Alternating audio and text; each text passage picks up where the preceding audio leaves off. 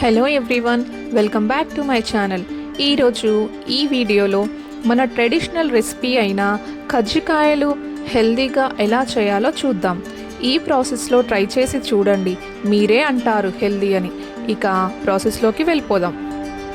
ఇప్పుడు స్టవ్ మీద ఒక ప్యాన్ని పెట్టుకొని ప్యాన్ హీట్ అయ్యాక ఆల్మండ్స్ని వేసి లో ఫ్లేమ్లో వేయించుకోవాలి. అవి కొంచెం రోస్ట్ అయ్యాక క్యాష్యూస్ని యాడ్ చేసి మంటని లో ఫ్లేమ్లోనే ఉంచి బాగా వేయించుకోవాలి. ఆల్మండ్స్ని క్యాష్యూస్ని బాగా రోస్ట్ చేస్తేనే మనం వీటిని పౌడర్ చేసినప్పుడు ముద్దగా అవ్వకుండా ఉంటుంది. అలాగే స్లోగా వేయించడం వల్ల మంచి టేస్ట్ కూడా వస్తుంది. ఇప్పుడు వీటిని ఒక ప్లేట్లోకి ట్రాన్స్ఫర్ చేసుకోవాలి. నెక్స్ట్ అదే ప్యాన్లోకి నువ్వులను వేసుకొని వీటిని కూడా లో ఫ్లేమ్లో వేయించుకోవాలి.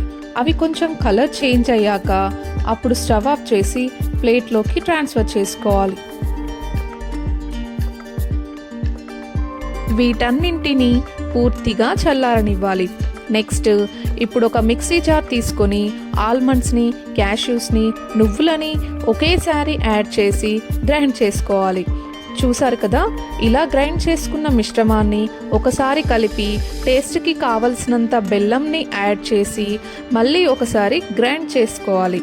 ఇలా రెడీ అయిన ఈ స్టఫింగ్కి స్వీట్నెస్ సరిపోయిందో లేదో చూసుకొని ఒక బౌల్లోకి ట్రాన్స్ఫర్ చేసుకొని పక్కన పెట్టుకోవాలి.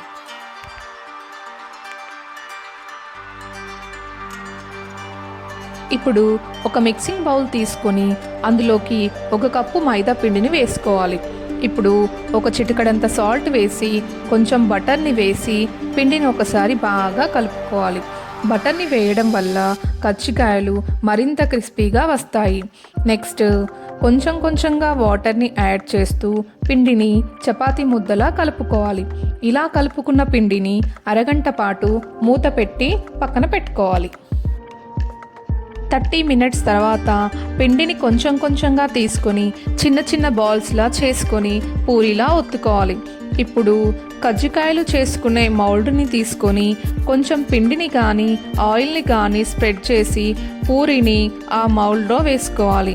ఇప్పుడు మనం ప్రిపేర్ చేసుకొని పక్కన పెట్టుకున్న స్టఫింగ్ని పూరికి ఒకవైపు వేసి మౌల్డ్ని క్లోజ్ చేసి ఒకసారి గట్టిగా ప్రెస్ చేసి ఓపెన్ చేసి స్లోగా మౌల్డ్ నుండి తీసి ఒక ప్లేట్లోకి తీసుకోవాలి.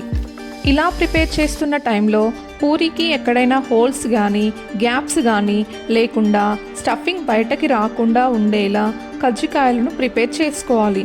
లేదంటే డీప్ ఫ్రై చేసేటప్పుడు స్టఫింగ్ ఆయిల్లో పడిపోయి ఆయిల్ అంతా పాడయ్యే ఛాన్సెస్ ఉంటాయి. ఇలా మిగిలిన పిండిని కూడా చేసుకొని ఒకేసారి డీప్ ఫ్రై చేసుకోవచ్చు.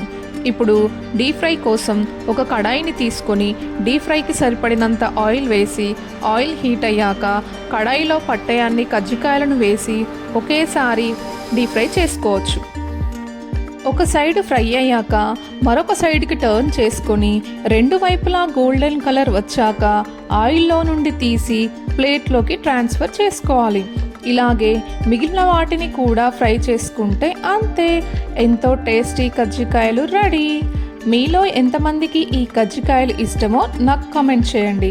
అలాగే నా ఛానల్ని ఫస్ట్ టైం చూస్తున్నట్లయితే లైక్ చేయండి, అలాగే సబ్స్క్రైబ్ కూడా చేసుకోండి.